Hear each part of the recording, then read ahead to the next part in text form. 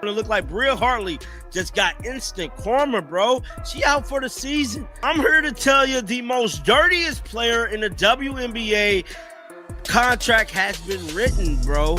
And I'm here to tell you she's out for the season. Yes, you heard me correctly. Yeah, man, Bria Hartley. So Connecticut PR has released a statement. Bria Hartley is to miss the remainder of the season. The WNBA just witnessed one of the most dramatic and controversial storylines of the season. It wasn't just a hard foul. It wasn't just a star player going down. It was the perfect storm of suspicion, outrage, and irony, all wrapped around a single play involving Bria Hartley and Sophie Cunningham. Fans are still debating whether Hartley delivered the dirtiest hit of the year or if it was simply a basketball collision gone wrong. But when Sophie Cunningham went down clutching her knee, and cameras caught Hartley smirking moments later, the narrative practically wrote itself, and just when it seemed like the outrage couldn't grow any louder, karma, or at least something that looked an awful lot like karma, struck. Within days, Bria Hartley herself was ruled out for the rest of the season with a serious knee injury of her own. For fans who already believed she played dirty, it felt like poetic justice delivered by the basketball gods. But was it? Let's break down what happened, why it sparked such a firestorm, and how this saga has reshaped the conversation around the WNBA, player safety, and Sophie Cunningham's role as one of the league's toughest competitors. This picture is going viral with Bria Hartley with the sinister grin, right? This malevolent look that's on her face right now. Clearly smiling after injuring Sophie Cunningham, man. From the moment the play happened, it didn't look clean. Cunningham, one of the toughest, grittiest players on the Indiana Fever roster, absorbed the brunt of the contact. She hit the floor hard, immediately grabbing her knee. Unlike most falls where players pop back up or shake it off, Sophie didn't even try. Trainers rushed out, teammates circled around, and the arena atmosphere went from tense competition to stunned silence. Her reaction told the story. This wasn't just a bruise or a tweak. This was serious. And as fans would later learn, Sophie suffered a torn MCL, an injury that ended her season on the spot. But what kept people talking wasn't just the injury itself. It was what cameras captured after the play. Play that just occurred. That's like she tries to slide over right there, and Hartley just kind of falls and makes collision with that lower leg. You see her immediately grab it. And she went down hard and was clearly in a lot of pain.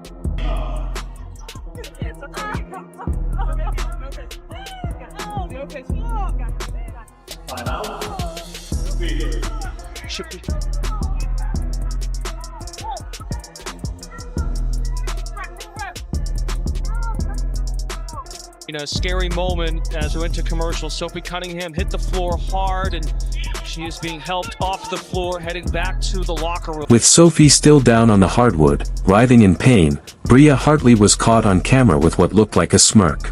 Call it a grin, call it a laugh, call it whatever you want. Fans saw something else. They saw a player smiling right after her opponent crumpled to the ground. Making all kind of excuses to say that Bria Hartley is not a dirty player. Let me tell y'all something, man. Come on in here. Come on in here, man. Let me tell y'all something. If it quacks like a duck, walks like a duck, eats like a duck, it's a duck, man. Come on, man. She is the dirtiest player in the WNBA right now, winning the trophy. All right? Winning the trophy for her. Don't sit here and try to tell me Bria Hartley is not a dirty player. That single image spread across social media like wildfire. Within minutes, Twitter, Instagram, and TikTok were flooded with clips and screenshots of Hartley's expression. Whether she meant it or not didn't matter. In the court of public opinion, the verdict was in. Hartley looked like she enjoyed what happened, and once that perception stuck, it didn't let go. To be fair, Sophie herself tried to downplay the moment. On her podcast, she called it a basketball play and insisted she didn't believe Hartley acted with malicious intent. But fans weren't buying it. The smirk told a different story, at least in their eyes. And when you pair that with Hartley's history of confrontations and questionable plays, the narrative wrote itself. This wasn't a one-off. This was a pattern. Atkins, 7 to shoot. Cardoso rolls, catch. Cardoso over the top, can't get it. Reese fights for the rebound, and a foul, and this time gets a little chippy, and a shove on Nelson Ododa. And listen, this arena, typically we'll see some ringside fights. Earlier this season, Hartley was accused of grabbing Angel Reese's hair during a rebound battle, something no one mistakes as accidental. Soon after, she was caught shoving Rebecca Allen in another heated exchange. None of those plays drew significant punishment from the league, but they left receipts.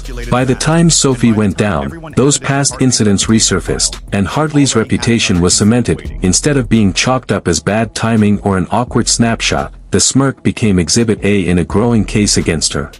Indiana Fever fans wake up pissed off today. Pissed off. Not only are we getting assaulted, but they're smiling about it.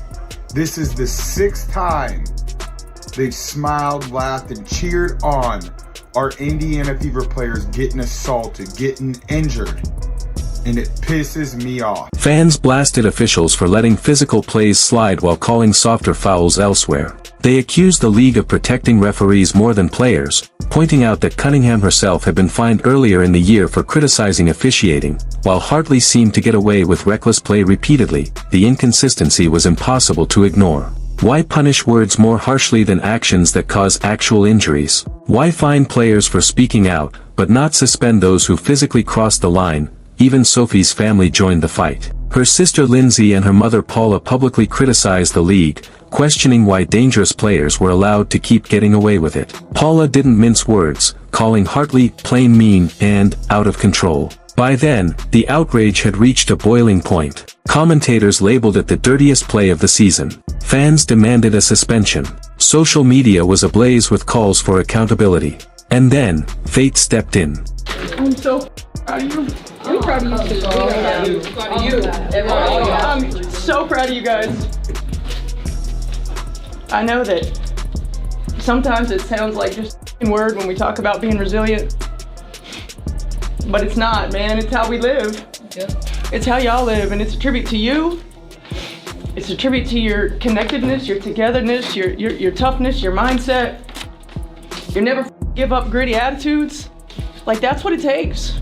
That's what it takes. And there's Caitlin Clark. Fever continued to play it cautious with her injury timeline, giving only day-by-day updates. But everyone knows what her eventual return could mean. Combine her playmaking with Mitchell's scoring, Hull's leadership, and Boston's toughness, and suddenly Indiana looks like a team nobody wants to see in the playoffs. At the end of the day, Bria Hartley's season-ending injury isn't the real story. The real story is Sophie Cunningham. She turned a devastating blow into a moment that highlighted her resilience, her honesty, and her fire. She showed fans both grace under pressure and the fighter's spirit that defines her. And while Hartley's absence may feel like karmic justice to some, the real focus should be on how Sophie and the Fever responded. The league failed to protect her. The referees failed to enforce consistency. But Sophie never failed to carry herself with toughness and class.